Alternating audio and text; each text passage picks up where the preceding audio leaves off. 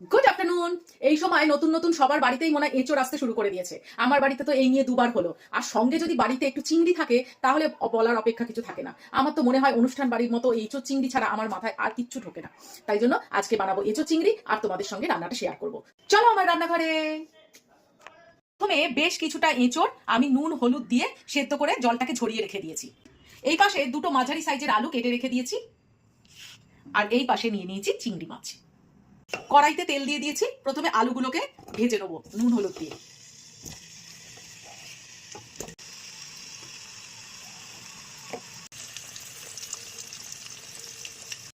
আলু আমার ভালোভাবে ভাজা হয়ে গেছে। এর মধ্যেই আমি এঁচড়গুলোকে দিয়ে দেবো। এই এঁচড়গুলো কিন্তু 80 থেকে 85% সেদ্ধ করা আছে।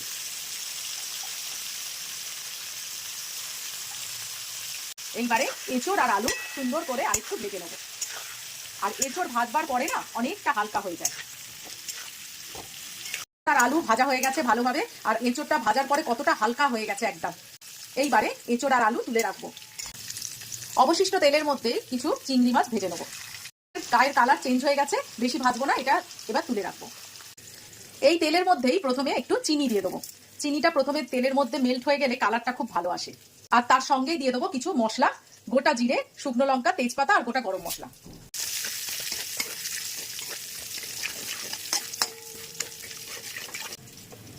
ফোড়ন থেকে একটা ভালো গন্ধ বেরোনোর পরেই দুটো পেঁয়াজ আমি ভাজতে দিয়ে দেবো। এখানে একটা ছোট পেঁয়াজ আর একটা বড় পেঁয়াজ, এই দুটো পেঁয়াজই আছে। এটা সুন্দরভাবে ভেজে নেবো। পেঁয়াজ আমার ভাজা হয়ে গেছে। এইবারে আমি একটা পেস্ট দিয়ে দেবো। পেস্টটা কি কি দিয়েছি সেটা দেখাতে ভুলে গেছি, তাই জন্য বলে দিচ্ছি, ভালো করে শুনে নাও। দুটো টমেটো দিয়েছি, শুকনো লঙ্কা দিয়েছি, পোস্ত দিয়েছি, কাজু বাদাম দিয়েছি, চারমগজ দিয়েছি, আদা রসুন দিয়েছি আর জিরে দিয়েছি আর গরম মশলা দিয়েছি। এটা দিয়ে এবারে সুন্দর করে অনেকক্ষণ ধরে কষবো। রান্না আস্তে আস্তে যত কষা হবে তত রান্না ভালো হয়। একটু ধৈর্য ধরতে হবে রান্না করতে গেলে। হলুদ দিলাম, নুন আগে দিয়েছি, তার জন্য প্রয়োজন মতো একটু নুন দিলাম, পরে দেখা যাবে যদি কম হয় আর একটু দেবো। আর এইবার কাশ্মীরি লঙ্কার গুঁড়ো দেবো। মশলা আমার ভালো মতো কষানো হয়ে গেছে। এরপরে এঁচড়, চিংড়ি আর আলু এই সমস্ত কিছু দিয়ে আরো 5 মিনিট কি 10 মিনিট কষে নেবো, যাতে মশলাটা একেবারে এঁচড় আর আলুর মধ্যে ভালো মতো ঢুকে যায়। উফ, সুন্দর একটা স্মেল বেরিয়েছে।